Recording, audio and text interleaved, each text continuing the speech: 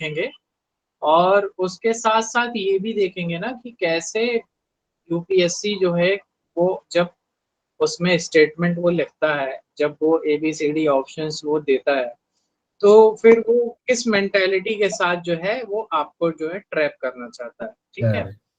तो एक चीज़ तो वो है और ज़्यादातर आप उठा के देख लो यूपीएससी प्रीलिम्स का चाहे इवन इकोनॉमिक्स के बियॉन्ड भी क्वेश्चन हो, लेकिन मैं इकोनॉमिक्स की ही बात करूँगा कि ज़्यादातर आपको जो है जो नेगेटिव स्टेटमेंट होते हैं, वो नेगेटिव स्टेटमेंट जो है आपको हटाने होते हैं। कभी भी यूपीएससी जो है नेगेटिव स्टेटमेंट देता है तो वो ज़्यादा से ज़्यादा ये देखना कि गलत रहता है, ठीक है? तो ये नहीं कि एकदम कन्फर्म ही होता है कि आप कह दो कि सर ने कहा है तो इसलिए हमने लगा दिया। जैसे जिसमें डू नॉट हो, डज़ नॉट हो स्टेटमेंट में, है ना? व एबीसीडी स्टेटमेंट में तो वो ज़्यादातर जो है वो नहीं होते हैं। और जैसे फॉर एग्ज़ाम्पल आप देख लो कि आरटीजीएस वाला क्वेश्चन आया था, अभी हम लोग देखेंगे। तो आरटीजीएस उसने पूछा तो ज़ाहिर-सी बात है उसके नए-नए एप्लीकेशन, उसके नए-नए कि 24/7 वर्क करता है और हॉलिडे रहता है तब भी वर्क करता है, वो चीज़ पूछेगा। ये थोड़ी ना कि चीज़ पूछेगा कि हाँ, 24/7 नहीं वर्क करता है या हॉलिडे डे को जो है ट्रांज़ैक्शन नहीं होता है, ये तो नेगेटिव स्टेटमेंट हो गए हैं। तो इन सब नेगेटिव स्टेटमेंट से जो है आपको बचना है, ठीक है? तो अभी हम क्वेश्चन देखेंगे, फिर क्वेश्चन के दौरान ही आपको पता लग जाएगा कि कैसे जो है अटेम्प्ट करते हैं, ठीक है? तो ये नहीं है कि आप पढ़ के पहुँच गए एग्ज़ाम में, थोड़ा-सा आपको जो है प्रेजेंस ऑफ माइंड भी यहाँ पे यूज़ करना है ना? तो लगभग कोई भी ये यूपीएससी पीटी में ये देखोगे कि ज़्यादातर जो जिनका रैंक होता है, वो बहुत ज़्यादा नंबर नहीं ले आते हैं यूपीएससी प्रीलिम्स में। बहुत कैलकुलेटेड वहाँ पे वो लोग नंबर ले आते हैं, लेकिन ये है बाकी जो क्वेश्चन वो लोग अटेम्प्ट करते हैं, वहाँ पे वो लोग प्रेजेंस ऑफ माइंड यूज़ करते हैं। आपको क्वेश्चन पेपर में देख के एकदम से हड़बड़ाना नहीं है कि कैसे अटेम्प्ट करें, कैसे नहीं करें। आपको जो है बेसिकली यूज़ करके देखना है कि ये जो स्टेटमेंट लिखा है, वाक़ई ये ऐसा नेगेटिव है या नहीं है? या पॉजिटिव स्टेटमेंट है तो कैसे है? तो अब हम लोग जो है यहाँ से शुरू करते हैं। अब अ, समझ में आ जाएगा आप लोगों की मैं क्या कहना चाह रहा हूँ।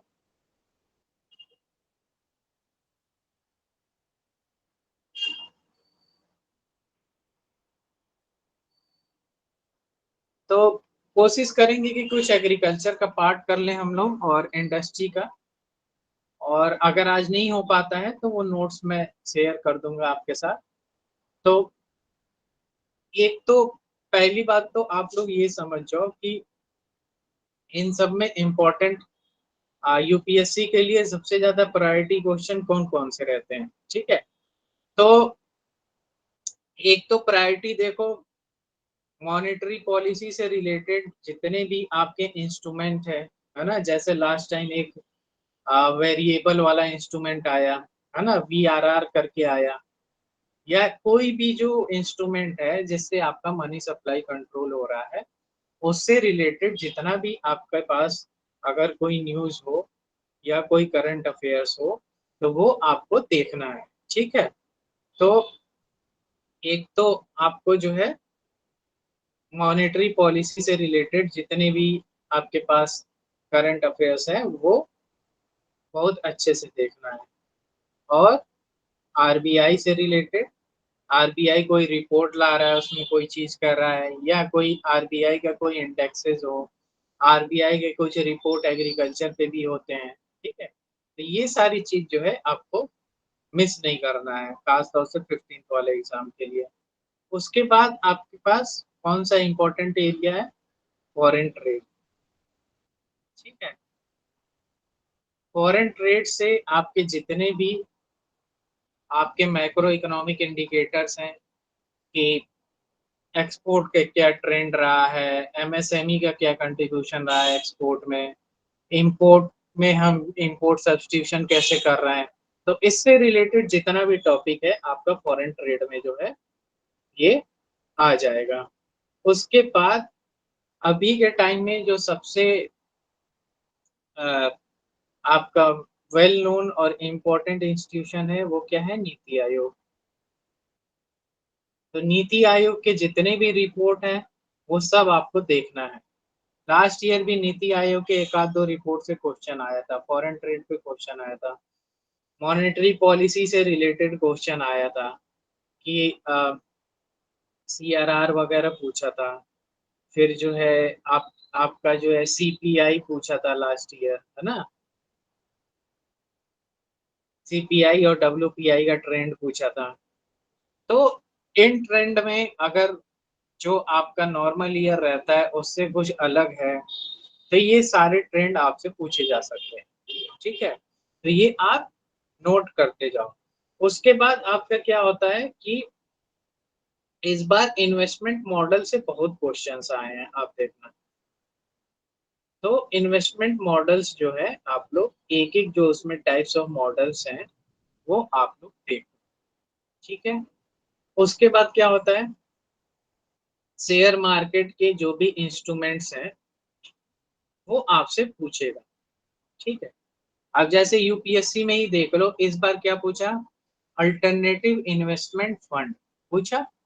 लास्ट ईयर क्या पूछा था इसी एरिया से, ईटीएफ, एक्सचेंज ट्रेडेड फंड। तो ये लगभग 12-13 है, वो आप उसको लिख लो और इसका अच्छे से डिटेल्स देख लो। एक क्वेश्चन ये बहुत छोटा पार्ट है और एक क्वेश्चन आपका जो है यहाँ से ऑन एन एवरेज जो है यहाँ से आ सकता है, ठीक है। शेयर और यहाँ इन्वेस्टमेंट से। अब आते हैं 2025 के क्वेश्चंस। तो बस इसमें देखो थोड़ा सा थिंक आउट करो, है ना, थोड़ा सा थिंक आउट करो, फिर सोचो कि क्या क्या आंसर्स इसमें हो सकते हैं। ये नहीं कि मैं सीधा जो है आपको आंसर्स बताते जाऊं, क्यों ना, कौन सा क्या है कौन सा नहीं है। आप एग्जाम के उस मेंटेलिटी में बैठोगे तब आपको वहां पे बहुत कामली और पेशेंसली जो है इस क्वेश्चंस को करना है। अब जैसे देखो ये पहला वाला क्वेश्चन आया था कि with reference to investment consider the following, ठीक है। अब इसमें वन आपका जो है बॉन्ड हो गया, फिर हेज फंड हो गया, फिर स्टॉक हो गया, फिर वेंचर कैपिटल हो गया। तो अल्टरनेटिव इन्वेस्टमेंट फंड सबसे पहले होता क्या है, कब इस्टेब्लिश हुआ, क्या हुआ, ये आपको डिटेल जो है देखना है। तो एआईएफ बेसिकली क्या होता है, फंड इस्टेब्लिश्ड और इनकॉर्पोरेटेड इन इंडिया, ठीक है। ये क्या है, एक प्राइवेट पूल्ड इन्वेस्टमेंट है। इसमें तरह तरह के इन्वेस्टर, इवन फॉरेन इन्वेस्टर को भी जो है इसमें इंक्लूड किया जाता है। और बेसिकली जो हमारा अल्टरनेटिव इन्वेस्टमेंट फंड है ये क्या क्या नहीं इंक्लूड करता है, ये इंक्लूड, ये म्यूचुअल फंड में आपका नहीं आएगा, ठीक है। तो एक चीज आपको इसमें ये देखना है कि अल्टरनेटिव इन्वेस्टमेंट फंड बेसिकली होता किस लिए है, कि ये ज्यादा रिटर्न दे रहे हैं कि क्या दे रहे हैं, ठीक है। तो गवर्नमेंट ने जो है लगभग 3 कैटेगरी बनाई है एआईएफ की, 1, 2 और 3। देखो बहुत इजी क्वेश्चन है ये, और सबको पता है कि बॉन्ड और स्टॉक ये तो एकदम बेसिक इन्वेस्टमेंट होता है, ये हमारा पुराना चलता आ रहा है जिसको ट्रेडिशनल इन्वेस्टमेंट कर कहते हैं। इसके अलावा और कोई फंड होगा जो नया निकला होगा वो अल्टरनेटिव इन्वेस्टमेंट फंड में होगा। तो साफ साफ सीधे सीधे यहाँ पे दिख रहा है कि ये आपका बॉन्ड और स्टॉक जो है नहीं होगा, हेज फंड और वेंचर कैपिटल होगा। अब थोड़ा सा इसमें और डीप पूछ देता क्वेश्चन कि किस कैटेगरी में आता है, यहाँ तक नहीं पूछेगा, ठीक है। तो बस आपको जो है ये लॉजिक अप्लाई करना था कि आपका स्टॉक और आपका बॉन्ड ये क्या है, ट्रेडिशनल आपके वो हैं, ठीक है, आपके जो है क्या है, ट्रेडिशनल इन्वेस्टमेंट है, ठीक है। स्टॉक स्टॉक जैसे क्या होता है कि आप परचेज कर रहे हैं और कंपनी में जो है आपको उतने की ओनरशिप मिल गई, ठीक है।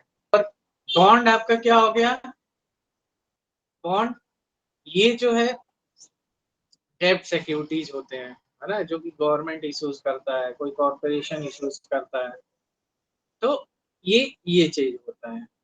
तो स्टॉक से आपको क्या मिल रहा है, ओनरशिप, और बॉन्ड से आपको जो है बस जो भी प्री डिफाइंड रेट पे इन्वेस्टमेंट है वो मिल रहा है, ठीक है।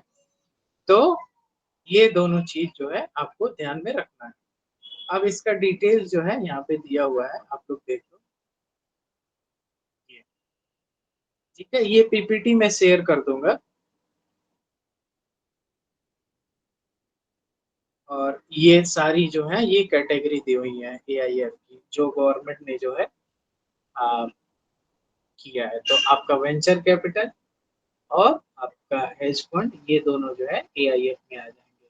अब ये चीज देख लेना कि कई जगह जो है ना, वेंचर कैपिटल को भी कई जगह कोचिंग में मैंने उनके आंसर्स में ये देखा कि वेंचर कैपिटल को भी इंक्लूड कर लिया है, लेकिन नहीं, जैसे मैं बता रहा हूँ वैसे ही होगा। ये स्टॉक और बॉन्ड को जो है आपको अलग कर लेना है, और बाकी ये जो है अल्टरनेटिव इन्वेस्टमेंट फंड में आ जाएगा, जिसमें आपका वेंचर कैपिटल कैटेगरी 1 में है और आपका हेज फंड जो है कैटेगरी 3 में है, ठीक है, ये चीज है।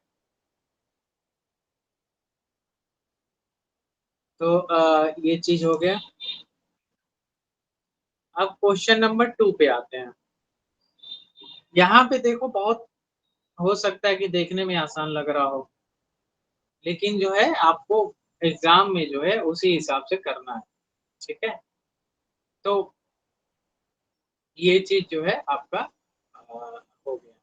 तो ये अल्टरनेटिव इन्वेस्टमेंट फंड जो है बहुत ज्यादा न्यूज में रहा है, ठीक है, इसलिए ये चीज पूछा है, ऐसा नहीं कि एकदम बाहर से पूछ दिया है। ये आपके करंट अफेयर्स में इस दो सिर्फ इस ईयर नहीं, इवन 2024 में भी जो है रहा है ये सारा, हेज फंड भी और आपका जो है वेंचर कैपिटल भी और आपका अल्टरनेटिव इन्वेस्टमेंट फंड भी, ठीक है। तो ये बेसिकली अल्टरनेटिव इन्वेस्टमेंट फंड क्या है कि ये कैपिटल रेज करने के लिए जो है किया गया है, ठीक है। तो कैपिटल रेज करके आप यहाँ यहाँ जो है इन्वेस्ट कर सकते हो। कैटेगरी ये ए में वेंचर कैपिटल में है ना।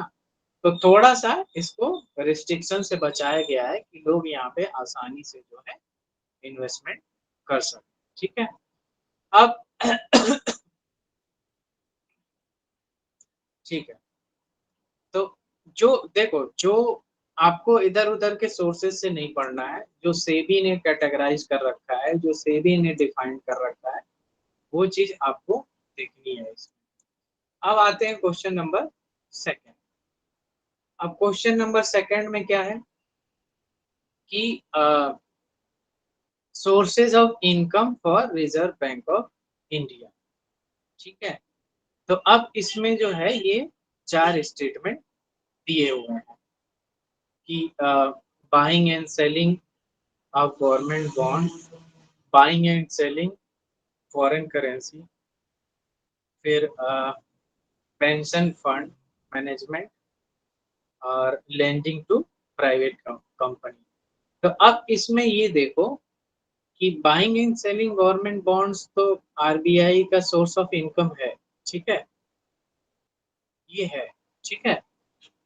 ये करता है ओपन मार्केट ऑपरेशंस के थ्रू जो है गवर्नमेंट बॉन्ड्स जो है आरबीआई बाई एंड सेल करता है, और इंटरेस्ट और कैपिटल गेन पे जो है इनकम जो है अर्न करता है। अब दूसरा क्या है कि फॉरेन एक्सचेंज रिजर्व। तो फॉरेन एक्सचेंज रिजर्व में ये भी जो है यहाँ पे अगर करेंसी ट्रांजैक्शन में इनकम गेन हुआ है तो ये भी इसका जो है सोर्स ऑफ इनकम है। अब देखो, अब इसमें है आपका pension fund regulatory development authority. तो ये जो है आरबीआई नहीं करता है, ठीक है।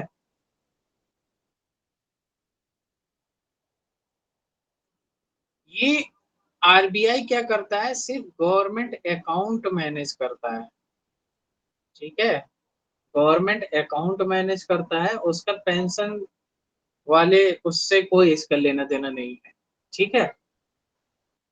अब फिर है lending to private companies. Sir D तो आंसर, ये सर डी। अभी अभी रुक जाओ, अभी रुक जाओ, एक एक स्टेटमेंट देख रहे हैं। डी भी आंसर नहीं होगा, ये डी आंसर मैं उस पे अभी आऊंगा।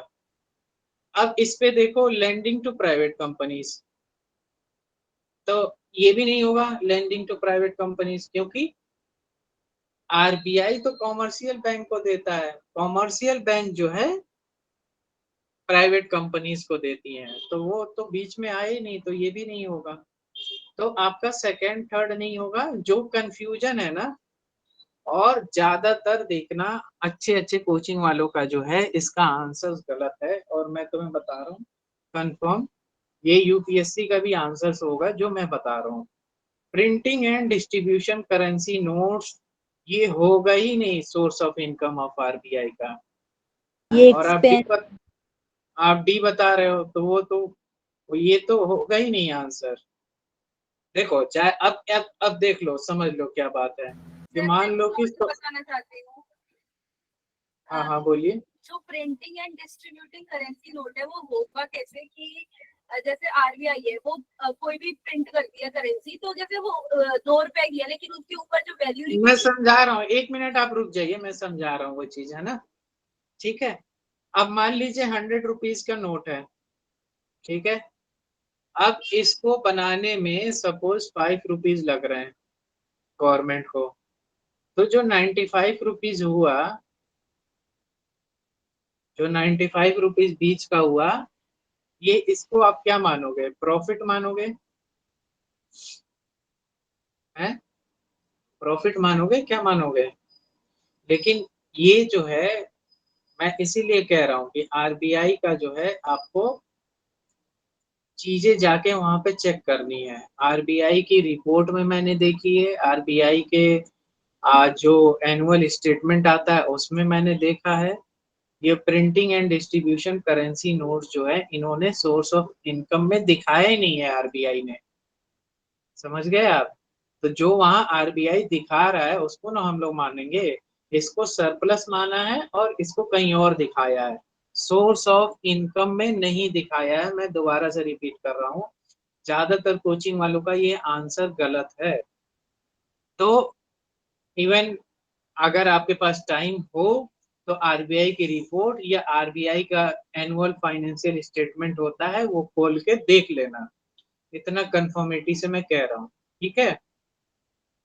तो ये आपका जो है फिफ्थ वाला आंसर नहीं होगा, ठीक है, नहीं होगा, सिर्फ फर्स्ट और सेकेंड होगा। अब आते हैं, सर हाँ हाँ हाँ बताइए। लास्ट ऑप्शन में सर, जैसे आप बोला ना सर, हमको भी ऑप्शन गलत लगा, लेकिन सर मेरा जो लॉजिक था सर, जैसे हाँ 100 रुपीज प्रिंट कर रहा है, तो सर ऑलरेडी इकोनॉमी में कहीं में जैसे 100 रुपीज का डॉलर लेके उसको आरबीआई 100 इंडियन रुपीज में कन्वर्ट किया ना सर, वो कन्वर्जन में जब नोट का यूज बनाने में आरबीआई का खुद का जेब से खर्चा जाता है, वही 5 रुपए आरबीआई ले रहा था, तो एक तरीका से आरबीआई का तो उल्टा जेब से लग गया 105 रुपये, 5 रुपये अलग से। तो वो सर वो सोच के हम ये पॉइंट को गलत मान रहा था सर एग्जाम में। तो सर हमारा लॉजिक सही था या गलत? आप ये देखिए, वो नहीं, वो फिर लॉजिक तुम्हारा गलत है। 5 रुपए कॉस्ट आ रही है ना उसको बनाने में, जी सर। और इंटर हो रहा है डिस्ट्रीब्यूशन चैनल में आ रहा है वो 100 का हो रहा है, तो ये 95 हुआ ना, 95 तो एक तरह से प्रॉफिट हुआ। दूसरे अगर हम लोग अपने लिए लैंग्वेज में करें तो प्रॉफिट हुआ। लेकिन प्रॉफिट का फॉर्मूला क्या है कि कोई आप बिजनेस कर रहे हो, कोई ट्रांजैक्शन कर रहे हो जिसके बेसिस पे आपने कोई सर्विसेज दी है, तब ये प्रॉफिट माना जाता। तो लेकिन आरबीआई इसको जो है सरप्लस मानता है, इसलिए ये सोर्सेज ऑफ इनकम में नहीं आएगा। और इसी चीज के लिए जो है, और देखो मेरे तुम्हारे मानने से नहीं है, हो सकता है मैं भी वो चीज ना देखा रहता तो मैं इसको इनकम मान लेता और आंसर ये मान लेता, लेकिन मेरे तुम्हारे मानने से तो होगा नहीं। जो एनुअल फाइनेंशियल सर स्टेटमेंट है सर ये आरबीआई जो का, है और जो सिंबॉलिक करेंसी है। आरबीआई ने सिंबॉलिक करेंसी के तौर पर कोड दिया हुआ है। 5 रुपए का 100 रुपए का नोट, 5 रुपए की लागत का। तो मतलब आरबीआई में नोट, आरबीआई बदले में आपको 100 रुपए का सोना दे देगा, जो भी दे देगा, तो प्रॉफिट नहीं कमाएगा ना वो। सिंबॉलिक करेंसी है ना भाई, करेंसी की वैल्यू से क्या मतलब है। और सुनिए ना, सर को पहले पढ़ाने दीजिए, बाद में आप लोग हम करेंगे। आपको म्यूट कर रहे हैं आप लोगों को, सर को पहले पढ़ाने दीजिए। नहीं, सर सिंबॉलिक करेंसी कैसे, देखो सब कुछ छोड़ दो, सारी बातें छोड़ दो।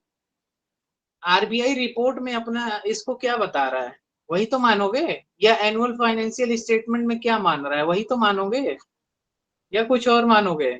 सोर्सेज ऑफ इनकम में दिखाई नहीं रहा है आरबीआई, तो तुम कैसे मान लोगे, बताओ।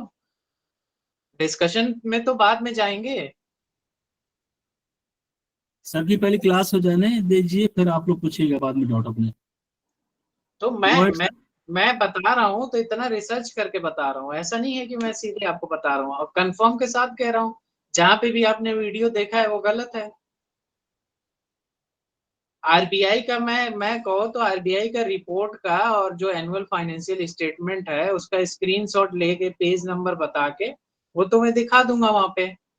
मेरे तुम्हारे मानने से नहीं होगा ना, जो बुक में दी हुई है, जो आरबीआई के रिपोर्ट में दी हुई है। दो दो रेफरेंस बता रहा हूँ, एक तो बता नहीं रहा हूँ।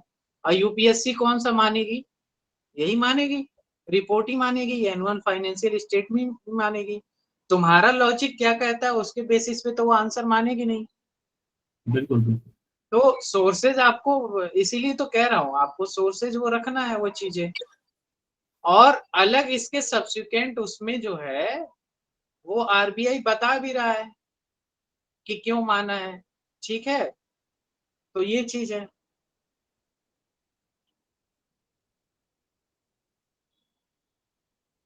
तो ये तो देखो उसी का एक्सप्लेनेशन हो गया।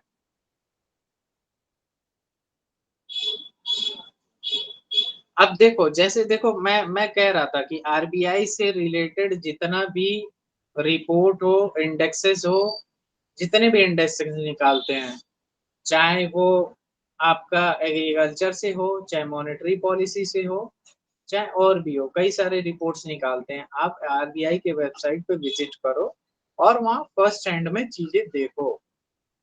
उसका हाइलाइट्स भी होता है, उसका समरी भी आरबीआई देता है कि उसका कौन सा आंसर।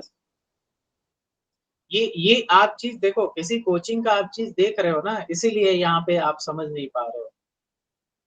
और मैं अभी भी हूँ उस आंसर पे कंफर्म। जब यूपीएससी आएगा आंसर तो आप मिलना मुझसे। ठीक है, अब थोड़ा सा ये देखो, ये वाला इसमें क्या हो सकता है।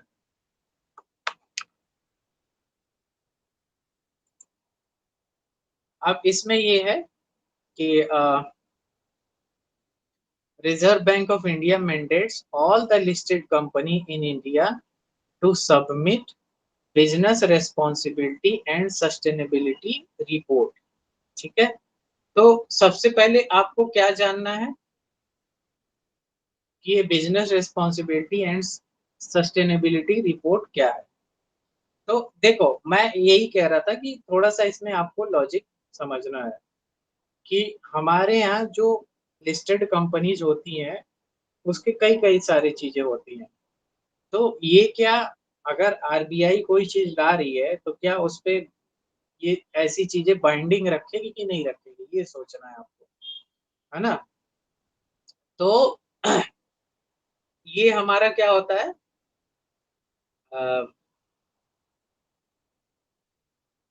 Business responsibility and sustainability report की आप जो है कैसे बिजनेस कैरी कर रहे हो और आपकी क्या रिस्पॉन्सिबिलिटी है सोसाइटी के इस पे, कि आप इन्वायरमेंट का कितना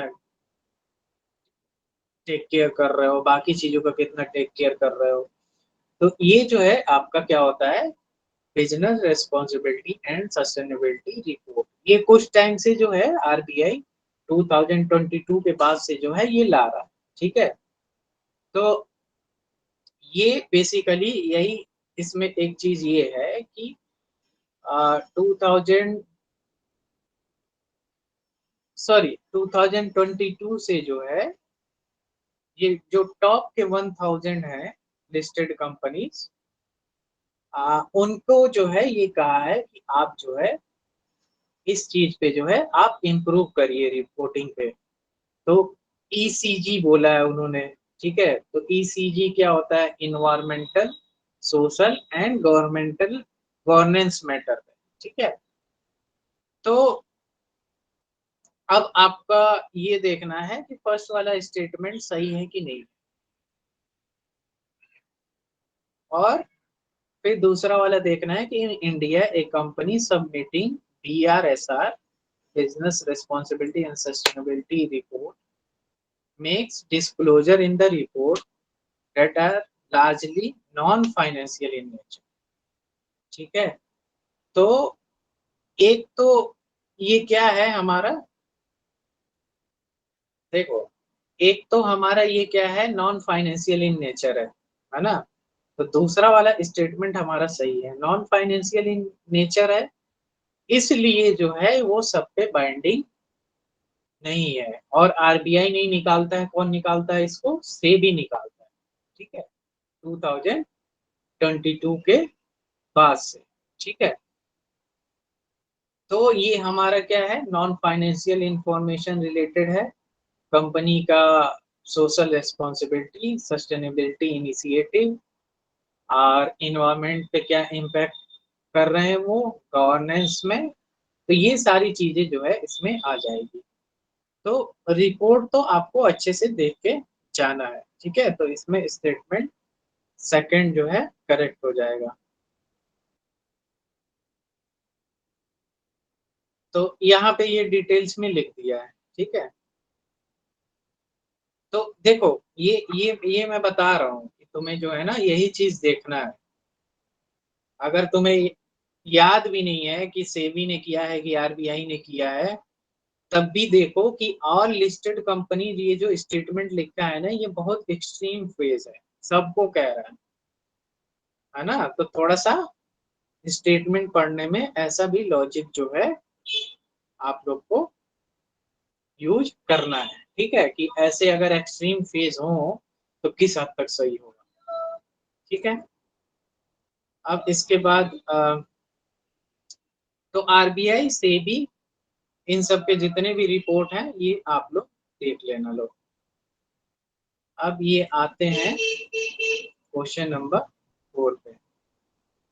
तो अब देखो क्वेश्चन नंबर 4 क्या है। अब इसमें,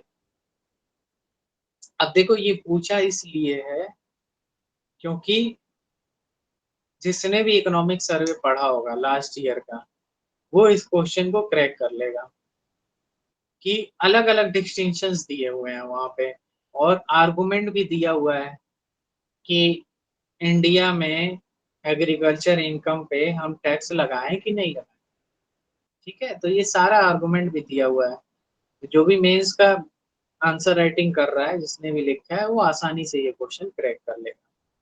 तो अब देखो स्टेटमेंट 1 है, ठीक है। तो अब स्टेटमेंट 1 में क्या है कि in India income from allied agriculture activities, जैसे आपका पोल्ट्री फार्मिंग हो गया, वुल रेयरिंग हो गया, in rural area is exempted from tax, ठीक है। एक तो ये स्टेटमेंट हो गया, और दूसरा क्या हो गया, in India rural agricultural land is not considered a capital asset under provision of the Income Tax Act 1961। तो देखो अब यहीं पे जो है ना, थोड़ा सा आपको सोचना है कि यहाँ पे बस अलाइड एक्टिविटीज लिखा है और जानना चाह रहा है आपसे। तो रूरल एग्रीकल्चर लैंड पे जो आपका एग्रीकल्चर इनकम होगा वो तो एग्जेम्प्टेड होगा, लेकिन अगर आपका डेयरी फार्मिंग है, वुल रियरिंग है, पोल्ट्री है, तो वो एग्रीकल्चर इनकम के अंदर नहीं आएंगे, है ना। तो they are taxable under normal income tax provision, है ना। तो इवन रूरल एरियाज में भी हो, लेकिन आपके नॉर्मल टैक्स के अंदर आएंगे, ठीक है। तो और देखो, जिन्होंने भी ज्यादा न्यूज देखा होगा वो सुना होगा कि फाइनेंस मिनिस्टर कह रही थी कि जो है पैक्ड एग रहेगा तो इतना लग जाएगा, नहीं पैक्ड रहेगा तो इतना लग जाएगा। तो जिसको भी वो याद होगा स्टेटमेंट, वो भी इससे कर लेगा। तो पहला वाला फिर हमारा स्टेटमेंट गलत हो गया, तो फिर दूसरा वाला सही हो जाएगा इनकी वाला। ठीक है। तो इसमें जो है आपको देखना है। ठीक है। तो थोड़ा सा स्टेटमेंट आप लोग पढ़ो। देखो ना, यहाँ पे लिखा है फ्रॉम एनी टैक्स, है ना। तो ये सब स्टेटमेंट आप लोग ध्यान से पढ़ोगे तो आप लोग समझ जाओगे कि स्टेटमेंट में जो है कहाँ पे जो है आपको चीजें देखना है। हाँ, एक चीज और है कि रूरल एरियाज में जो है इन सब चीजों में जो है टैक्स लगाने में बहुत सारे लूप होल हैं जहाँ पे एलाइड एक्टिविटीज पे टैक्स नहीं लग पा रहा है ना। बट किसी भी टैक्स से टैक्स फ्री है ये चीज नहीं। ठीक है। तो आपको ये स्टेटमेंट बड़ा ध्यान से पढ़ना है। अब उसके बाद ये थोड़ा सा, हाँ अब ये वाला देख लेते हैं। अब इसमें देखो, ये थोड़ा सा कंप्रेस हो गया है, लेकिन मैं बता देता हूँ स्टेटमेंट पढ़ के कि इसमें क्या है। फिर आप लोग समझ जाओगे कि अब इसमें ये कह रहा है as regard return from investment in company generally.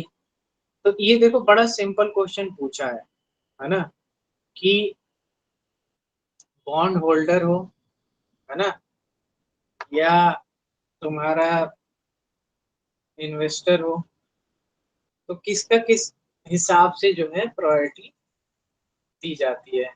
ठीक है। तो सॉरी,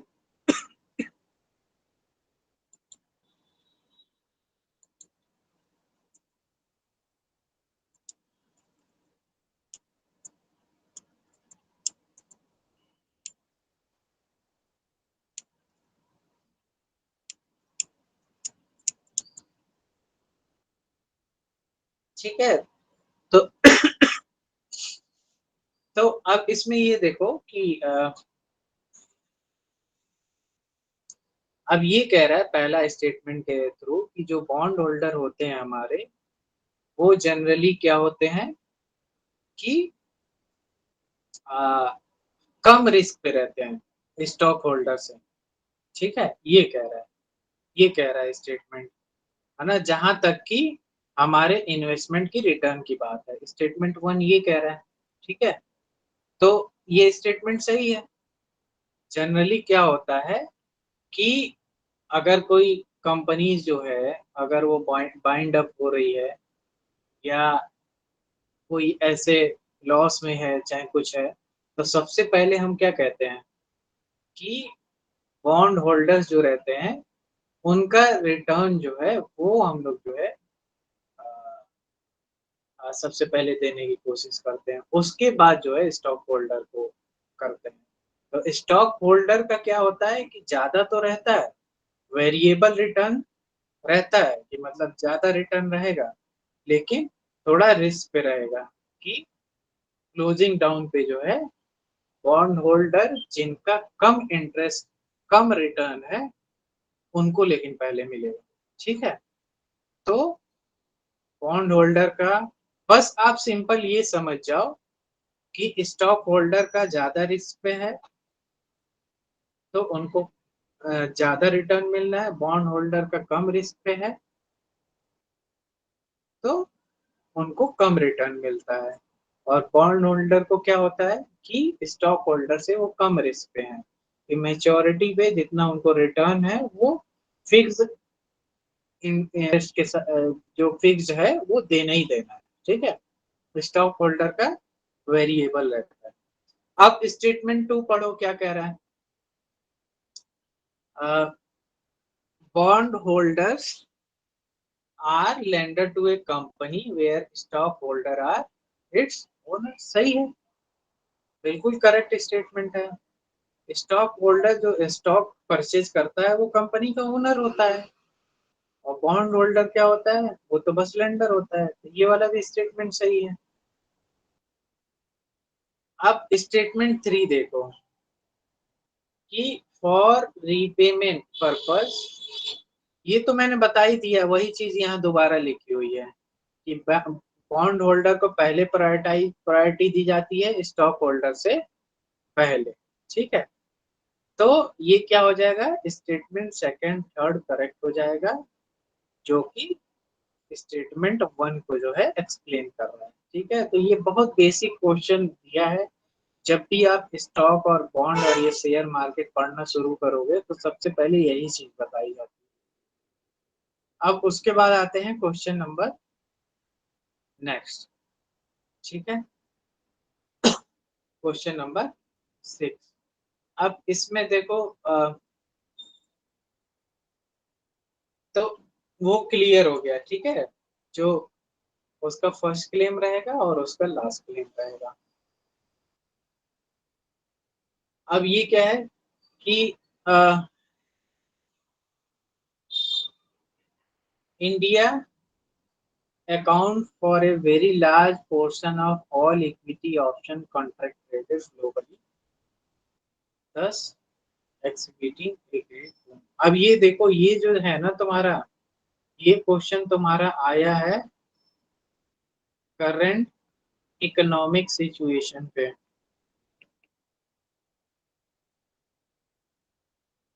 ठीक है, तो इसमें क्या कह रहा है, पहला वाला स्टेटमेंट क्या कह रहा है कि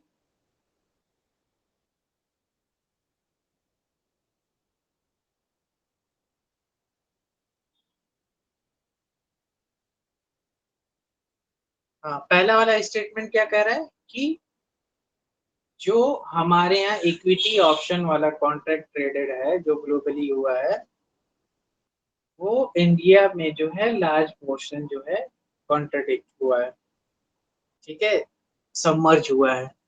तो ये तो देखो प्योरली जो है ना डाटा डाटा वाला क्वेश्चन है। जिसने भी करंट इकोनॉमिक सिचुएशंस देखे होंगे वो बता देगा। ठीक है, तो पहला वाला हमारा जो है ये ऑप्शन सही है।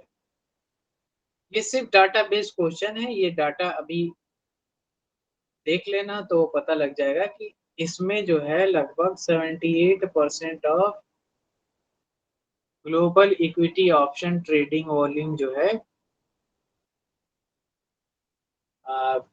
इंडिया में हुआ है ना। तो इंडिया क्या हुआ है, एक मेजर डोमिनेंट जो है एक ये समझ जाओ कि मार्केट डेस्टिनेशन जो है ये डिसाइड हुआ है। ठीक है, तो एक तो ये है। ठीक है, तो वो पूरा वॉल्यूम भी दिया हुआ है कितना है। तो जो तुम्हारा नेशनल स्टॉक एक्सचेंज होता है और बॉम्बे स्टॉक एक्सचेंज होता है, जहां पे तुम्हारा ये समझ जाओ कि 70 से ज्यादा ग्लोबल टर्नओवर जो है हुए, है ना।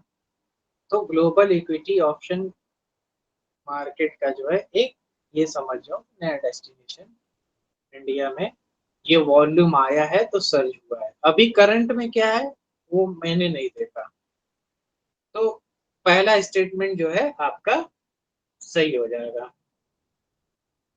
अब दूसरा स्टेटमेंट क्या है, India stock market has grown rapidly in recent past even overtaking Hong Kong at a same point of some point of level. देखो हांगकांग का तो सबसे ज्यादा वहां पे होता है।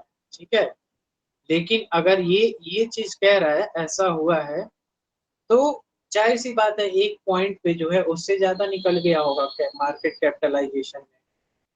तो लगभग 4 बिलियन के करीब जो है, जो तुम्हारा अलग अलग रिपोर्ट में दिया था कि हांगकांग का 4 बिलियन के आसपास रहता है और इंडिया का जो है एक टाइम पे क्रॉस कर गया था ये लगभग 4.30 बिलियन के आसपास।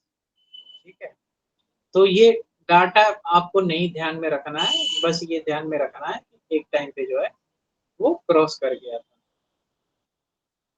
अब देखो, अब तीसरा स्टेटमेंट जो है, मैंने क्या कहा था स्टार्टिंग में कि देखो जहां पे नो लिखा होगा, डज नॉट लिखा होगा या डू नॉट लिखा होगा, तो ऐसे निगेटिव स्टेटमेंट जो है आपको ज्यादातर एक्सक्लूड करने हैं। अब यहाँ पे कह रहा है कि अब इतनी बड़ी चीज है जहाँ पे तो मैंने बता दिया कि 70% से ऊपर जो है ग्लोबल टर्नओवर हुआ है, और ऐसा कैसे हो सकता है कि जो है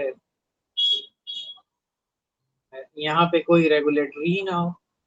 there is no regulatory body either to warn the small investor about the risk of option trading और इनके उसके ये या कोई अनरजिस्टर्ड को फाइनेंशियल एडवाइजर में, तो ये पॉसिबिलिटी जो है आपकी नहीं है कि जहाँ पे इतना सम अमाउंट ऑफ जो है ट्रांजेक्शन हो वहाँ पे आपकी रेगुलेटरी बॉडी नहीं है। तो यहाँ पे आपका जो है खुद स्ट्रॉन्ग रेगुलेटरी बॉडी है आपका सेबी, जो सिक्योरिटी मार्केट और जो है आपका बहुत सारे गाइडलाइंस और इवन छोटे इन्वेस्टर को भी जो है टाइम टाइम पे वार्निंग और इन्वेस्टर एजुकेशन कैंपेन वगैरह वो सब चलाती रहती है। ठीक है, तो ये आपका जो है क्वेश्चन बेसिकली डाटा से रिलेटेड था। अब ये जो है आपका सर्कुलर इकोनॉमी पे क्वेश्चन है कि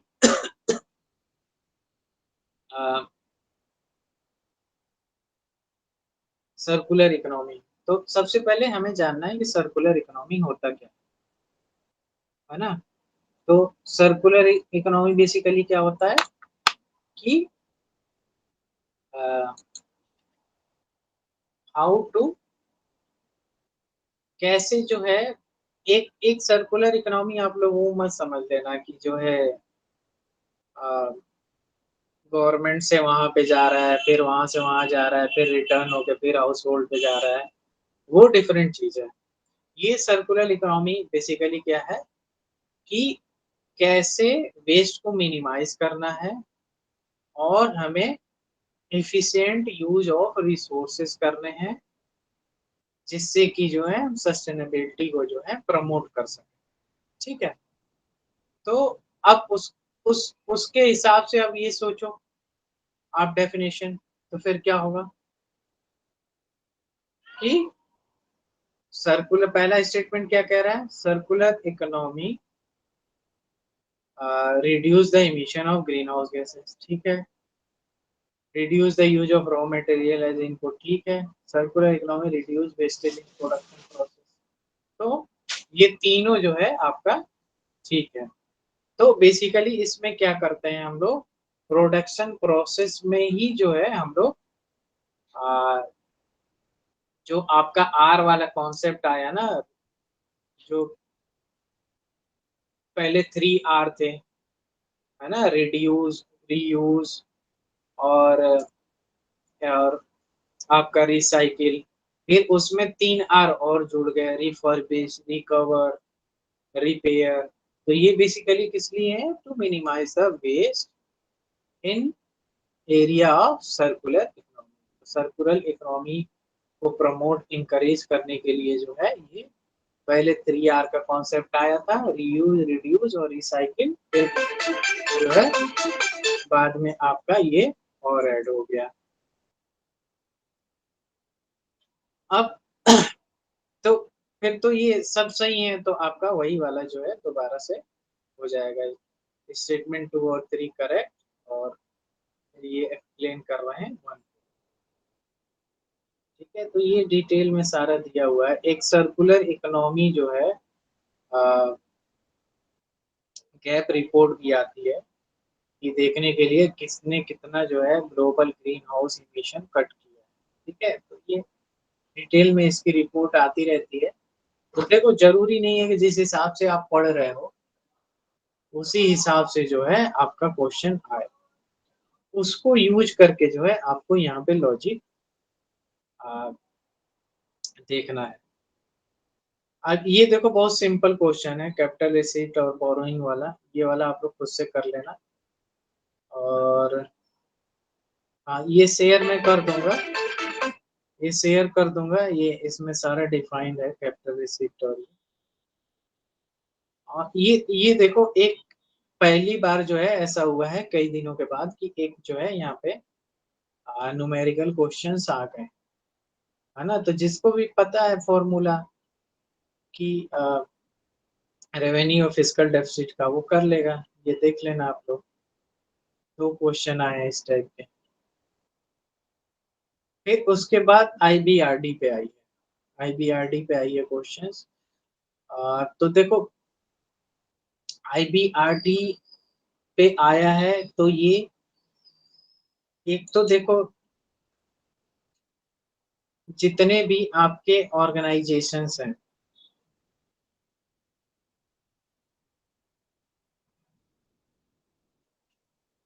आईबीआरडी और आईएमएफ, ये तो ब्रिटेन एंड ट्यून्स होते हैं ना। तो इससे रिलेटेड फिर यूएन के जो भी स्पेशलाइज ऑर्गेनाइजेशन है, जो बेसिकली आपका जो है इकोनॉमिक ग्रोथ एंड डेवलपमेंट और रिकंस्ट्रक्शन से रिलेटेड है आपके अंडर डेवलप्ड इकोनॉमीज में, वो आपको देखना है। कई सारे पीडीएफ है कोचिंग वाले पे, जहाँ पे सारे ये ऑर्गेनाइजेशन जो है एक जगह कंबाइंड कर दिया है। तो वहां पे जो है आपको ऑब्जेक्टिव और हर साल उसमें क्या अपडेट आ रहा है, वो वहां पे जो है आप लोग ऐड करते रहो धीरे धीरे, ठीक है। तो तो बेसिकली इसमें जो है आईबीआरडी आप पढ़ोगे, तो ये यहाँ पे थोड़ा सा बस इस वाले में डाउट होगा लोगों को। तो ये क्या करती है, it's provide loan and guarantee to middle income countries. अब देखो यहाँ पे क्या करना है कि ऐसे बड़े बड़े ऑर्गेनाइजेशन भी जो भी यूएन से रिलेटेड है और इससे स्पेशलाइज ऑर्गेनाइजेशन है, वहां पे एक एक चीज नैरो डाउन है। अगर कोई रिकंस्ट्रक्शन पे है, मिडिल इनकम का जो है बजट और एसेट साइड देख रहा है, तो वहां पॉवर्टी पे वो नहीं करेगा। तो ये पहला और दूसरा वाला जो स्टेटमेंट है वो देखो कॉन्ट्रास्ट है। तो यहाँ पे आपको देखना है कि एक ही सही हो सकता है। तो इस हिसाब से जो है ना आपको स्टेटमेंट पढ़ने हैं।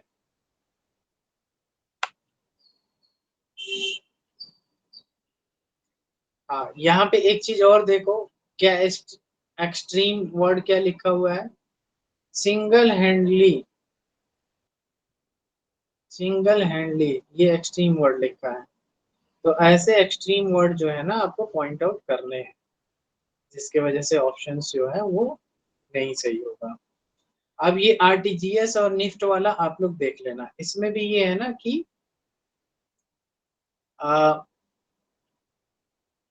जैसे इसमें आरटीजीएस का क्या लिखा हुआ है, ये देखो ना, नेगेटिव में स्टेटमेंट है सारा। Operating hour of RTGS are restricted on certain days, while this is not true for NEFT. अब यहाँ पे लिखा है inward transactions, while that is not in the case of NEFT. तो ये सारे डेवलपमेंट हुए हैं, इस डेवलपमेंट में आपको पॉजिटिविटी ढूंढनी है, ठीक है। अब उसके बाद कुछ अलग कहीं पे हो तो मैं दिखाता हूँ। एक इन्वेस्टमेंट मॉडल वाला क्वेश्चन था, कहाँ गया?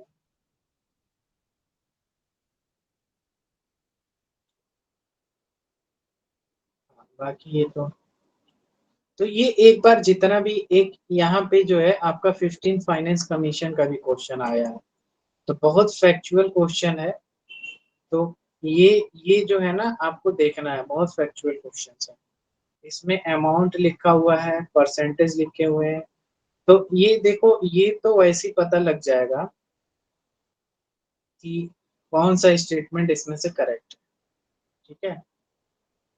अब इसमें ये मैं आंसर पे नहीं जा रहा हूँ, लेकिन ये टेबल ध्यान रखना कि कैसे कैसे डेवलपमेंट हुआ है, ठीक है। अब यहाँ पे देखो 14 फाइनेंस कमीशन में जो है सबसे पहले जो है फॉरेस्ट कवर आया है यहाँ पे,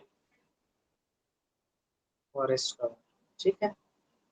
और 15 फाइनेंस कमीशन में क्या किया है, इसी फॉरेस्ट कवर को हटा के क्या लिख दिया है, फॉरेस्ट एंड इकोलॉजी, ठीक है।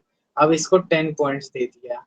तो जब सबसे पहले 7.5 आया था ना, तो जैसे यूपी है ना, तो यूपी को वहां पे फॉरेस्ट कवर उस हिसाब से नहीं है, तो उसको यहाँ पे लॉस हो गया, है ना। जिनका फॉरेस्ट कवर ज्यादा है वहां पे उनका इंक्रीज हो गया है। तो ये आपको जो है मिलाना है।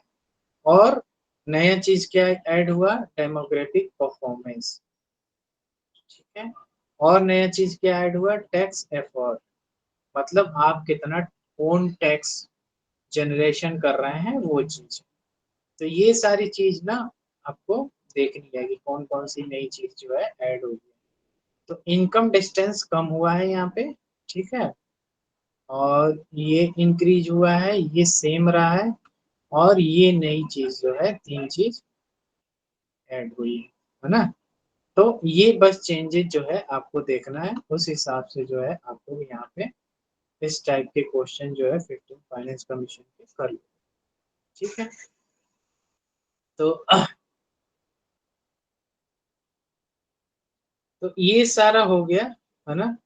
एक मेरी 11:15 पे मीटिंग है, अब मुझे तुरंत ज्वाइन करना है। अब एक काम मैं ये करूंगा कि इस पे आपका एग्रीकल्चर और इंडस्ट्री पे जो नोट्स बनाया हूँ वो शेयर कर दूंगा, आप पढ़ लो। अब लास्ट के 3-4 दिन में अब नया कुछ भी पढ़ो मत पढ़ो। ये है कि करंट अफेयर्स अगर पहले तो पढ़ लिए हो तो अब 1-2 बार और उसको रिवाइज कर लो। करंट अफेयर से तुम्हारा इन्वायरमेंट, इकोनॉमी और साइंस एंड टेक, ये सारे क्वेश्चन वहीं से आने हैं। तो ना इकोनॉमी का बेसिक पढ़ना है आपको इस टाइम पे, ना आपका साइंस टेक का बेसिक पढ़ना है, ना किसी चीज का। करंट अफेयर्स अगर पॉसिबल हो तो 2 बार आप रिवाइज करो, ठीक है। तो मैं क्लास यहीं पे एंड कर रहा हूँ। अगर कोई आपके क्वेश्चंस होंगे तो आप मुझे मैसेज कर दें।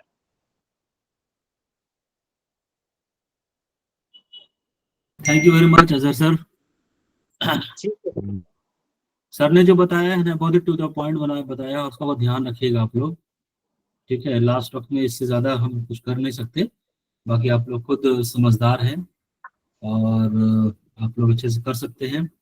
सो आज का सेशन, आज क्लास यही तक रहा। 14 तारीख को 8:30 बजे इमरान सर आएंगे और जामिया से special, one of the most important. उसको अगर आप मिस कर दोगे तो then you will loss a big. और उसके बाद आपका मीन्स मॉक होगा, वो हमने लास्ट में इसलिए रखा ताकि आपको एक प्रैक्टिस हो before going to on real exam. You have some mock to maintain that momentum, है ना। तो वो चीज सर करंट अफेयर्स कितना साल का बनना है सर, मतलब तो कितना इतना महीने साल नहीं, बस 6 महीने का देख लीजिए बहुत है। और आप लोगों ने नहीं देखा तो आप लास्ट में क्या देखेंगे, बाकी फिर भी आप देख लीजिए इनसाइट आईएएस या फिर आपके नेक्स्ट आईएएस की साइट पे जाइए, विजन की साइट पे जाइए, वहां पे आपको मिल जाएगा आराम से, कोई दिक्कत नहीं। सर आप और ऐसे का कुछ बताने वाले थे क्लास के लास्ट में। अच्छा याद है आपको। हाँ, तो यस मैं ये कह रहा था कि एक मकान बनाने के लिए आपको किन चीजों की जरूरत होती है, आप सभी ने बहुत अच्छे तरह से बताया। हमारा पैसा है, हमारे पास जमीन है और हमने प्लान भी किया, लेकिन हम प्लान कर रहे हैं तो हम शुरुआत कहाँ से करें। तो उसके लिए हमें एक नक्शा बनवाना पड़ेगा इंजीनियर से कि भैया इसमें किचन कहाँ पे होगा, बेडरूम कहाँ पे होगा, जीना कहाँ पे होगा, वेंटिलेशन कहाँ पे होगा, वो सारी चीजें। क्योंकि अगर ये नहीं रहेगा तो फिर आप मकान कैसे बनाओगे, राइट। तो उसके लिए सबसे पहले नक्शा यही है। ऐसे कुछ पॉइंट्स मैं आपको बोल रहा हूँ, उसका ध्यान रखिएगा। जब भी आपको ए से मिले, सेट ए में 3 या 4 हो सकता है, सेट बी में 3 या 4 हो सकता है, यानी कि 6-8 ऐसे होंगे, मैक्सिमम 6 होने चाहिए, 3-3 होंगे। उसमें से 2 आपको लिखना है। सबसे पहले देखना ग्रुप ए में तीनों ऐसे में बेस्ट ऐसे आपके लिए कौन सा है जिसपे आप ज्यादा से ज्यादा डायमेंशन, ज्यादा से ज्यादा मटेरियल डाल के लिख सकते हो, उसको सर्किल कर दो। फिर ग्रुप बी में जाना, उसको सर्किल कर दो। उसके बाद जब आप ग्रुप 1 का पहला स्टार्ट करोगे 1 घंटे है काफी, आप आराम से लिख सकते हो। आप 5 से 7-8 मिनट तक आपको ब्रेन स्टॉर्मिंग करनी है आंख बंद करके। आप ये सोचना कि कोई फिल्म चल रहा है, आंख बंद करके सोचना है और आप सोचना कि हम इसमें क्या क्या चीज दे सकते हैं, उसको ऐसे कि लास्ट पेपर बजाना है और पॉइंटर बना देना है आपको कि अच्छा हम ये भी दे सकते हैं, लिख दो, हाँ ये भी लिख सकते हैं, लिख दो, करते करते। और माइंड मैप भी बना लेना, अगर आप शॉर्ट टर्म में करना कुछ और इनोवेटिव करना है तो माइंड मैप बना लेना किसी एक टॉपिक पे।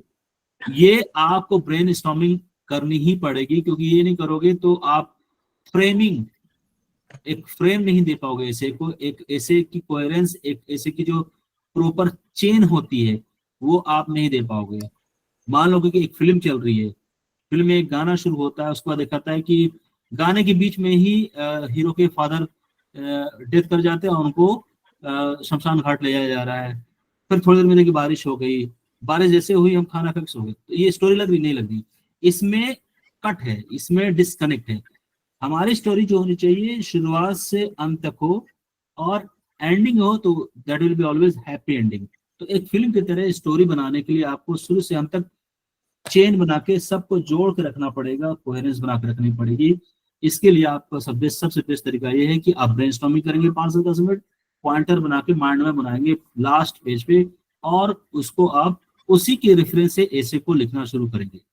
आप याद रखना जो भी आप ऐसे लिख रहे हो, व्हाटएवर आप ऐसे लिख रहे हो, उसमें social, political, economic, historical, cultural, ethical, technology, legal, इन सभी एरिया को टच करने की कोशिश कीजिए। अब ऐसा नहीं कि जबरदस्ती टच करना, आप कुछ भी लिख रहे हो तो अगर उस संदर्भ में कुछ आप लिख रहे हो तो हिस्टोरिकल कुछ एस्पेक्ट डाल दो, इकोनॉमिक से डाल दो, पॉलिटी से डाल दो, मतलब लॉजिकल होना चाहिए, उसको कनेक्ट करना है आपको जीएस के इन सब पेपर पे। तो एग्जामिनर जब आप कॉपी चेक करेगा तो बोले अरे हाँ इन्हें जीएस का पूरा नॉलेज है, इन्हें तो इकोनॉमिक्स का नॉलेज है, हिस्ट्री का नॉलेज है, कल्चर भी जानते हैं, टेक्नोलॉजी के बारे में पता है। तो इससे आपकी वैल्यू एडिशन होगी कि आपके ऐसे में एकदम कम दिखेगा कि हाँ इस बच्चे ने जो लिखा है इसमें कुछ वजन है, ही और she knows all about GS part, economics, history, है ना। तो ये देना आपको बहुत जरूरी है। आपको गांधी जी, अम्बेडकर, मौलाना कलाम, है ना, चंद्रशेखर आजाद, जो भी फिट बैठते हो आपके ऐसे हिसाब से उनके बारे में भी आप उनको भी टच करो, उनको टच करने की जरूरत है। तो इससे क्या होगा कि आपकी नॉलेज का पता चलेगा। एक पैराग्राफ से दूसरे पैराग्राफ में स्मूथ ट्रांजिशन होना चाहिए। वही मैंने कहा कि डिस्कनेक्ट नहीं है। एक पैराग्राफ से दूसरे पैराग्राफ हम जा रहे हैं तो लगे कि हाँ एक दूसरे से वो कनेक्टेड है, ठीक है, एक दूसरे से वो कनेक्टेड है। अब ऐसा नहीं कि हम कुछ कह रहे हैं कुछ और हम दूसरे तरफ चले गए, नहीं। तो स्मूथ ट्रांजिशन होना चाहिए। ऐसा भी नहीं कि वहां पर स्टिच लगे, स्मूथ ट्रांजिशन होना चाहिए, लेकिन वो लॉजिकल सीक्वेंस में होनी चाहिए। कुछ भी आप जैसे तैसे आप नहीं लिख सकते, लॉजिकल सीक्वेंस में होनी चाहिए। तो इस तरह से आपको, और हमेशा याद रखना कि आप ज्यादा नेगेटिव यूज मत करना। अगर आप सिस्टम के खिलाफ लिख रहे हो, सरकार के खिलाफ लिख रहे हो, तो उनकी तारीफ भी लिखनी है। तो ना ज्यादा आपको नेगेटिविटी डाली है ना पॉजिटिविटी डाली, बैलेंस रखना है। और हमें, और नेगेटिव भी अगर ऐसा लिखो जो कि पॉजिटिव लगे, है ना। और जो अंत हो तो हैप्पी एंडिंग जो कहते हैं वो हैप्पी एंडिंग करके आपको ऐसे को कंप्लीट करना है। और जैसा कि अभी एक और देखो, जैसे मैं बताया कि आपको हिस्ट्री, इकोनॉमिक्स, टेक्नोलॉजी, कल्चर, इन सब को कुछ ना कुछ पार्ट को टच करना है। तो एक डाइवर्सिटी आपकी ऐसे में नजर आएगी। प्लस एग्जामिनर को ये लगेगा कि हाँ इनको और भी सब्जेक्ट की नॉलेज है। यानी लिटरेचर, देखो लिटरेचर जिन बच्चों का अच्छा होगा उसके ऐसे में कोई प्रॉब्लम नहीं आती। But at the same time अगर आप जीएस के सब्जेक्ट पे पकड़ है और आपको थोड़ा सा थॉट प्रोसेस ऐसे का है तो आप अच्छे से ऐसे लिख सकते हैं। इसमें कोई रॉकेट साइंस नहीं, आपको सिर्फ कुछ एनेक्डोट्स, कुछ ऐसे दोहे, कुछ ऐसी चीजें याद रखनी होगी, ठीक है। तो माइंड मैप भी बनाना है, इसे बना सकते हो, ग्राफिकल लॉजिकल चार्ट भी बना लेना है ना, कुछ ऐसी चीजें बना लेना जिससे कि अब जैसे कंट्री का दिखाना है तो भारत में ऐसा बना के उस स्टेट को डिनोट कर दो। ये सब थोड़ा फैक्ट, फिगर, पिक्चर वगैरह रहता है इसमें, ऐसे में तो थोड़ा वो कैची लगता है, क्योंकि वो 900 बच्चों को ऐसे चेक करेंगे, 900 बच्चों के ऐसे चेक करेंगे। तो आप समझ सकते हो। अब देखो मैं एग्जांपल देता हूँ, आप जो ऐसे, आपको जो सब्जेक्ट दिया, आप सुन रहे हो हमारी बात, यस सर। हाँ, यस सर। आपको जो ऐसे सब्जेक्ट दिया जाता है, मैं एग्जांपल, आपको जो ऐसे सब्जेक्ट हम देते हैं मॉर्निंग में और शाम में जो मैम एवेल्युएट करती है, तो हम सारे ऐसे फॉरवर्डिंग को नहीं करते हैं, हम देखते हैं खोल के पीडीएफ, उसको पढ़ते भी नहीं है, बस ऊपर से देख लेते हैं, हाँ साफ सुथरा लिखा है, सही से लिखा है, राइटिंग अच्छी है, थोड़ा बहुत आगे ऊपर नीचे देख लिया, हाँ ये ठीक ठाक लग रहा है, बस वो हम जस्ट से 30 सेकंड 20 सेकंड में जज कर लेते हैं कि हाँ ऐसे में कोई दाम है, और वही मैं फॉरवर्ड करता हूँ। और जो ऐसे मुझे दिखते नहीं, दिल को नहीं भाता है, देख के लगता है यार ये बेकार है ना, वो पता चल जाता है। तो कहने का मतलब ये है, लबा लबा मेरा ये है कि आप ऐसा लिखो ना कि एग्जामिनर की नजर पे जैसे आए तो रुक जाए थोड़ी रुपये, और वो मजबूर हो जाएगी नहीं इसी कॉपी हम चेक करेंगे। 900 कॉपी चेक होगी manually, not through system of computer. GS के तो आपके क्यूआर कोड और जो होती जो का होता है, क्या कहते हैं उसको, भूल जाता मैं, उसके थ्रू कंप्यूटर से चेक हो जाता है, लेकिन ऐसे मैनुअली चेक किया जाता है। और ये जो प्रोफेसर वगैरह होते हैं ये लोग चेक करते हैं, और they are so lazy government, इनको ज्यादा ये नहीं होता है। कभी कभी ये थर्ड पार्टी नेक्स्ट आईएएस से किसी को दे भेज देते हैं, बट सबकी नेचर वैसी होती है। ऐसे जब लिखो ना थोड़ा प्रेजेंटेबल होना चाहिए, ऐसा ना हो कि उसकी नजर में पड़े और साइड में कर दो, ऐसे ऐसा लगे कि उसके पास आए तो वो रुक जाए थोड़ी देर और आपको इसे देखने को तैयार हो जाए। ठीक है, इन सब चीज का ध्यान रखना, लेकिन एक बार ब्रेन स्टॉर्मिंग जरूर करना, 5 से 10 मिनट, कोई फर्क नहीं पड़ता, आपका 1 घंटे 50 मिनट बहुत है, it is more than enough. आप अगर 10 मिनट 5 मिनट ब्रेन स्टॉर्मिंग में नहीं लगाओगे तो आप 2 घंटे में लिखोगे ना, नहीं लिख पाओगे। और ये मत सोचना कि मैं 800 वर्ड कंप्लीट कर रहे हैं, इस कोर्स में नहीं रहना है, आप कंप्लीट लिख लो, आप अंदर हाँ मैंने कुछ किया है, तो that is more than enough, आपके लिए बहुत है।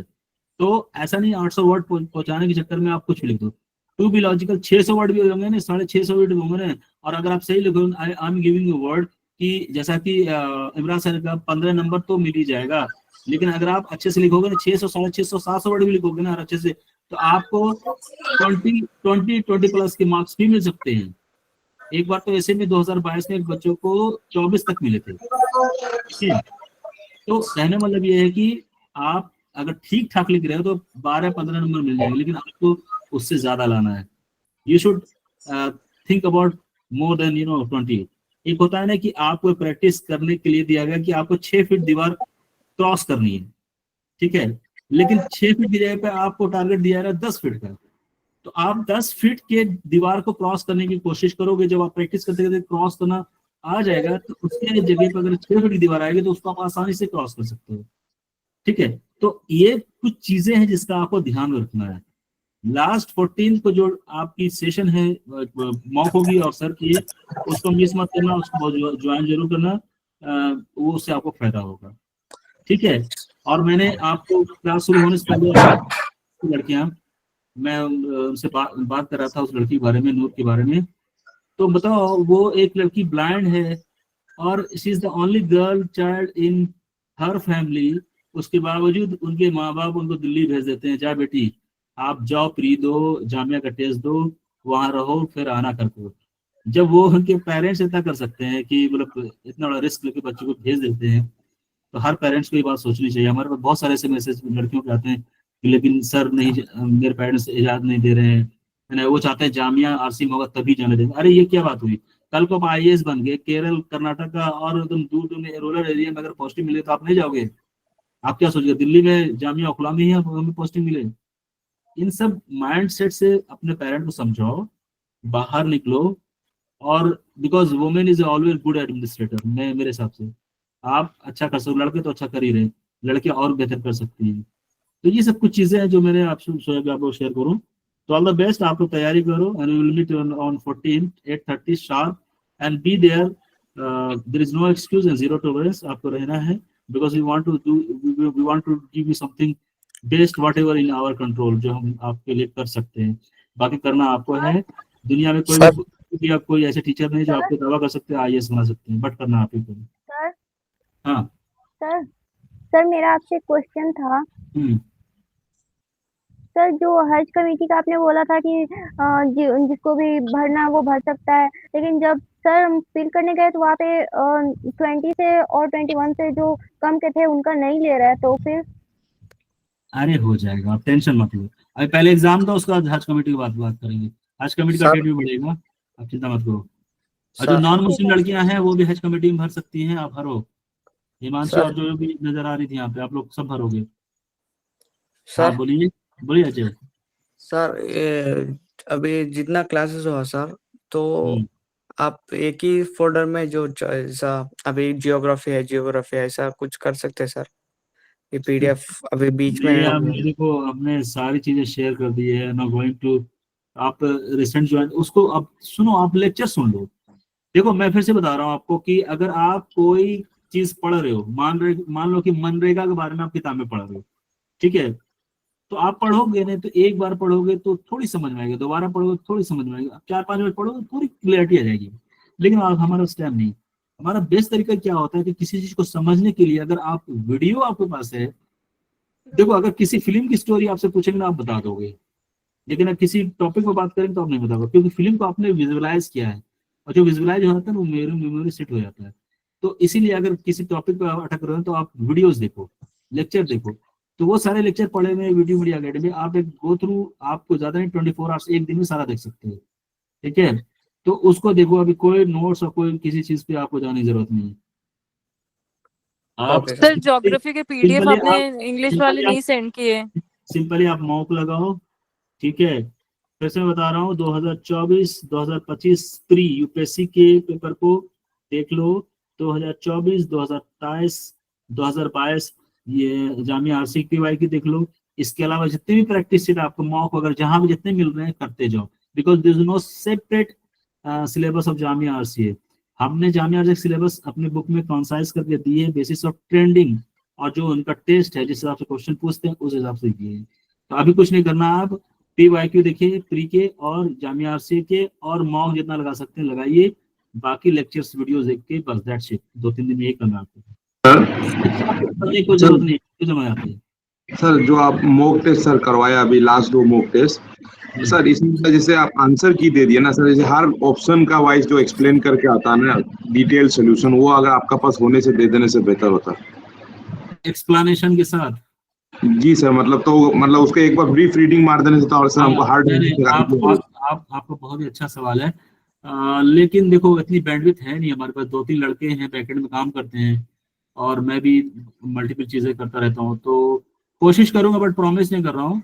60 क्वेश्चन जो आपको आएंगे ना मॉक में, वो बहुत ही हर एंगल से सोच समझ के बनाई जा रही है, तो आप उसमें जरूर रहना, और उसके रिजल्ट आपके जामिया आरसी के टेस्ट के बाद मिलेंगे, ठीक है। और टॉप 3 बच्चों को हमारे पास गिफ्ट रहेगा, और हम गेट नंबर 13 पर मिलेंगे जामिया आरसी के, जामिया मिलिया इस्लामिया के जो गेट नंबर 13 वहाँ पर मिलेंगे। तो कोई भी मिलना चाहते हैं वहाँ मिल सकते हैं हमारे से। जी सर, इंशाल्लाह, थैंक यू सर। आफ्टर ये एग्जाम आप एक बार फिर से कनेक्ट कर लोगे, क्योंकि आतिया वगैरह का फॉर्म ना फिल नहीं हो रहा, उसमें बहुत प्रॉब्लम आ रही है। हम तो आपके साथ हज कमेटी जितने भी आरसी हैं तब तक के लिए ये रहेगा हमारा group, and we will try to continue this group till our coming next initiative, foundation, NCERT वगैरह हम कुछ इनिशिएटिव ले सकते हैं आप लोगों के लिए, तो हम रहेंगे वहाँ पे। सर ज्योग्राफी के लास्ट वीडियो के पीडीएफ नहीं सेंड हुए थे, क्योंकि सिर्फ आपको जीएस के लिए नहीं, जो बच्चे रिटन क्वालिफाई होंगे उनको हम इंटरव्यू गाइडेंस प्रोग्राम भी शुरू करेंगे, उसमें भी आपको रखा जाएगा। Interview guidance program is the most important part of Jamia RC guidance program conducted by V2 media IAS। उसमें हम क्या करते हैं, जितने बच्चे रिटन क्वालिफाई रहते हैं वो वहाँ पे मौजूद होते हैं, हम उनको लास्ट 2 साल के सारे ट्रांसक्रिप्शन शेयर करते हैं, उससे बहुत अच्छा इंसाइट मिलता है, और it really works a lot, means बहुत हेल्प करता है ट्रांसक्रिप्शन से। आप ट्रांसक्रिप्शन आप समझ रहे हो, आप लोग ट्रांसक्रिप्शन समझते हैं ना आप लोग? हाँ सर। हाँ ठीक है। तो इस बार भी इंटरव्यू होगा, तो जो बच्चे इंटरव्यू दे के आएंगे वो ट्रांसक्रिप्शन देंगे, उस ट्रांसक्रिप्शन को देख के आपको एक बहुत ही अच्छा आइडिया मिल जाएगा कि हाँ इस तरह से सवाल पूछा जा रहा है तो हमसे किस तरह सवाल पूछा जाएगा, तो you can make your self prepare. हाँ बट ये है कि इस बार ऑफलाइन है तो थोड़ा सा आपको दिक्कत हो सकता है यहाँ पे आके, अगर आप रिटन क्वालिफाई करो तो। If you are not still not there in written, but I request you, आप इंटरव्यू गाइडेंस प्रोग्राम में भी रहना, देखना कैसे क्या क्या चीजें हो रही हैं एक्टिविटीज, तो it is a privilege for all those registered students only. Sir मेरा एक क्वेश्चन था। हाँ सर वो लास्ट जो सर ने पढ़ाया था, ज्योग्राफी की क्लास हुई थी, उसकी पीडीएफ नहीं आए सर इंग्लिश में। हिंदी में आपने सेंड किया था। इंग्लिश में तो दे दिया मैंने, फिर दोबारा देखूं नहीं क्या? सर, मैंने बहुत बार देखा है, नहीं है इंग्लिश में। रुक जाओ, अभी देता हूँ। ज्योग्राफी नोट,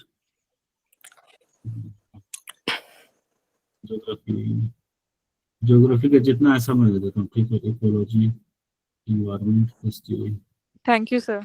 देखता हूँ इसमें से कुछ रह जाएगा तो बताइएगा, क्योंकि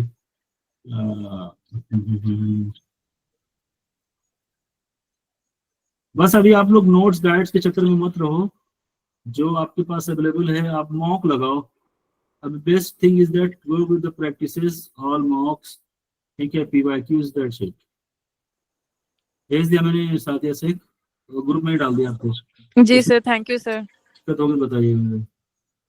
सर अभी मॉक और करंट अफेयर की रीडिंग कर लेना, मतलब लाइक रिवीजन। हाँ, आप मॉक लगाओ, पीवाईक्यू देखो, इसके प्री के देखो। क्वेश्चन इस बार स्टेटमेंट बेसिस आएगा। क्वेश्चन है उसके 3 स्टेटमेंट होंगे, उसमें से ऑप्शन रहेगा only one, only two, only one two, none of this, इस तरह से क्वेश्चन स्टेटमेंट बेसिस पे जैसे प्रीलिम्स आया था इस तरह से बन रहा है। सर अभी सर आपने जो नोट्स भेजे हैं ना सर, वो फिर से हिंदी में भेजे हैं, और एनवायरनमेंट और इकोलॉजी के हैं सर, ज्योग्राफी की नहीं है इंग्लिश में। अच्छा रुक जाओ, ज्योग्राफी के इंग्लिश में जो पीस से कहाँ चल गए। ज्योग्राफी नोट्स हिंदी, उसके बाद इकोलॉजी इन्वायरमेंट मिल गया। ज्योग्राफी का चाहिए ना आपको? जी सर। ज्योग्राफी नोट्स वर्ल्ड, हाँ जी लो ये। हम्म,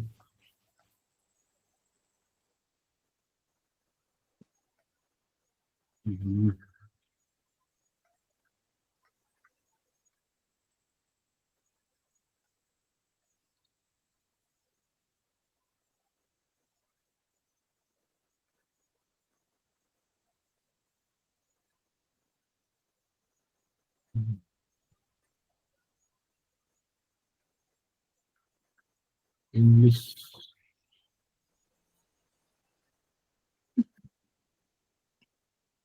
से फाइल डॉक्यूमेंट फॉर सी।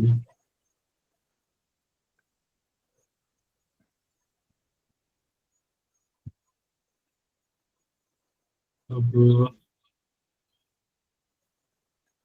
देखो सादिया शेख मैं भेज रहा हूँ आपको। जी सर। बताना यही है, ये गया मिला देखो, वर्ल्ड का है। और सर ये पुराना वाला है, ये 20 पेजेस वाला। कौन सा अभी है? जो लास्ट क्लास हुई थी वो वाला बोल रही थी। तो उन्होंने तो भेजा ना, हिंदी भेजा है उन्होंने। हिंदी वाला नहीं, इंग्लिश वाला चाहिए आपको? जी सर, इंग्लिश वाला चाहिए था। Complete ecology environment notes for RCA, English geography notes chat GPT use कर लो, चैट जीपीटी। ये आरसीए वर्ल्ड,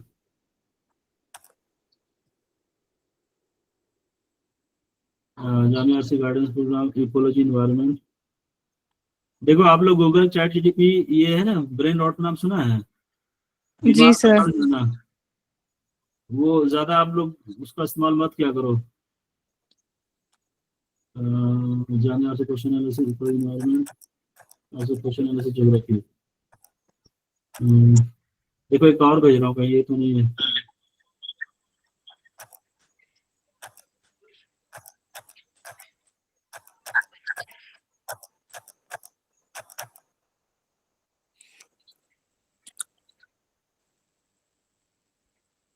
देखो तो ये है।